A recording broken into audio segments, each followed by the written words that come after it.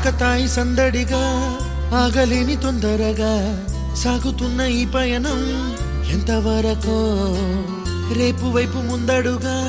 లేనిపోని దుందుడుగా రేగుతున్న ఈ వేగం ఎందుకొరకో మట్టికి మబ్బుకి వేళ